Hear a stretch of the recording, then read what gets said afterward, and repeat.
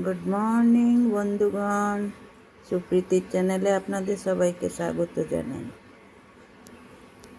আশা করি আপনারা সবাই খুব ভালো আছেন। এবারে দেখুন, আজকে আমি একটা অন্য রান্না করব।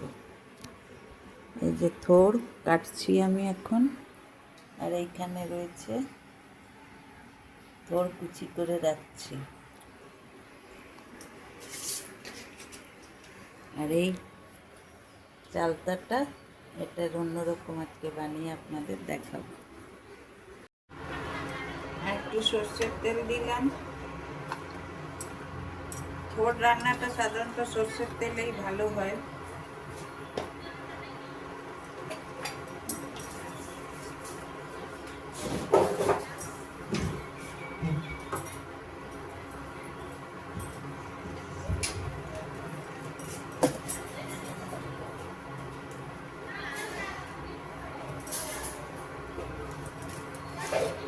তেলটা গরম হয়ে গেছে, একটু জিরে দিলাম,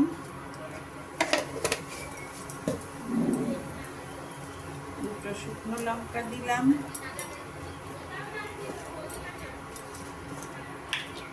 আর একটা তেজপাতা।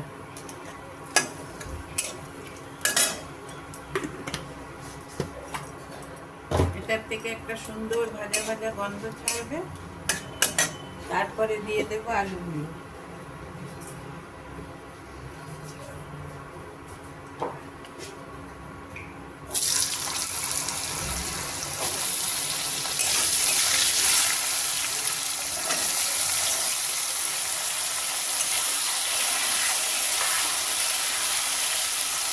আলুগুলো একটু ভাজা ভাজা করে নিই।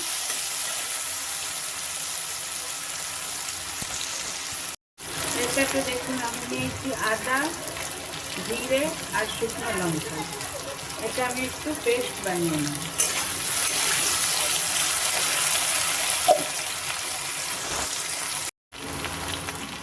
দেখুন আলুগুলো সুন্দর লাল লাল করে ভেজে নিয়েছি। এবারে এই যে আদা, শুকনো লঙ্কা, কাঁচা লঙ্কা, জিরে, একটু ধনেও দিয়েছি, আর দিয়ে এটা পেস্ট বানিয়ে নিয়েছি। এটা দিয়ে দিলাম। এটা দিয়ে একটু ভাজা ভাজা করব।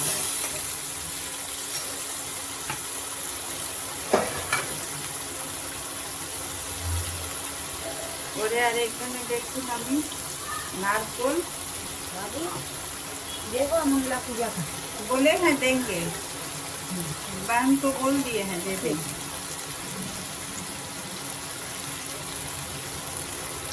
আর এই যে একটু গোবিন্দভোগ চাল ভিজিয়েছি, এইটা এই যে গোবিন্দভোগ চালটা, এইটা আর নারকোলটা, এই দুটো একসঙ্গে আমি বেটে নেব।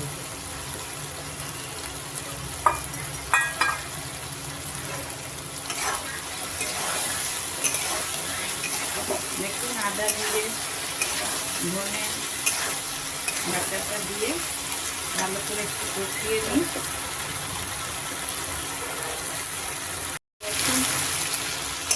আদা জিরে বাটাটা দিয়ে সুন্দর করে কষিয়ে নিয়েছি। এবার আমি পোরটা দিয়ে দেবো। পোরটা কাটা তো আপনাদের আমি দেখিয়ে দিয়েছিলাম, পোরটা কেটে রেখেছি। এবারে পোরটা দিয়ে দিলাম।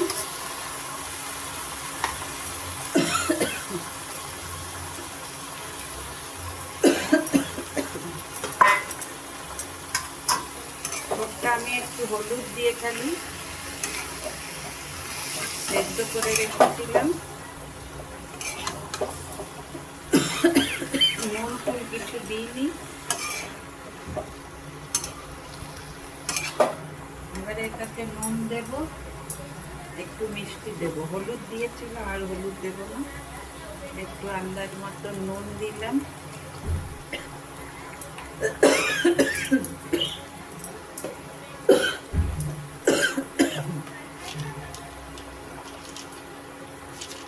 আর একটু মিষ্টি দেব।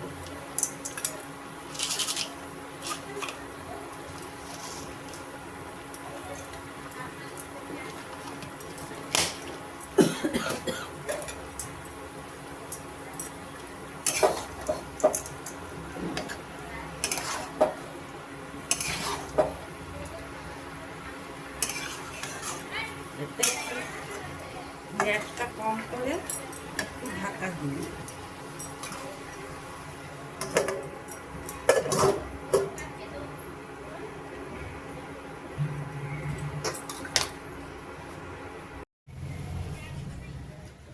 দেখুন বন্ধুগণ, সুন্দর আলুগুলো সেদ্ধ হয়ে গেছে।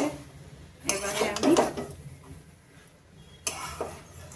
গ্যাসটা কম করে রেখেছিলাম, ওটাকে একটু বাড়িয়ে দিলাম, দিয়ে আর এই নারকেল বাটা আর চাল বাটাটা দিয়ে দিলাম।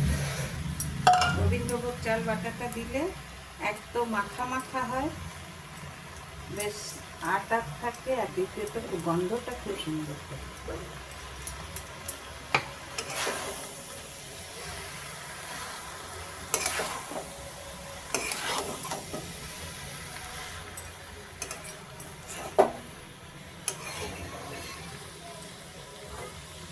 সুন্দর করে আমি মাখিয়ে নেব।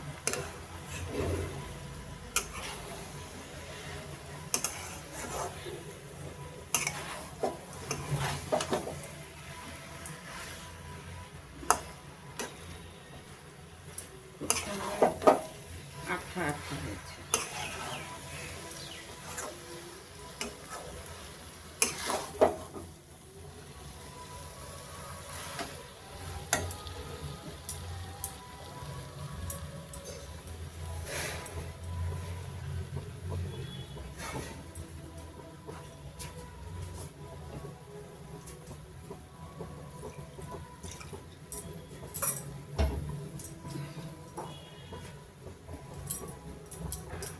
হালকা একটু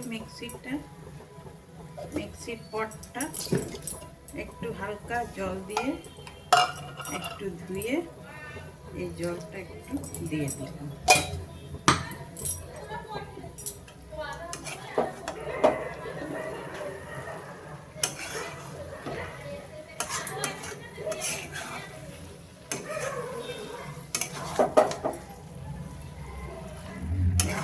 সুন্দর হচ্ছে।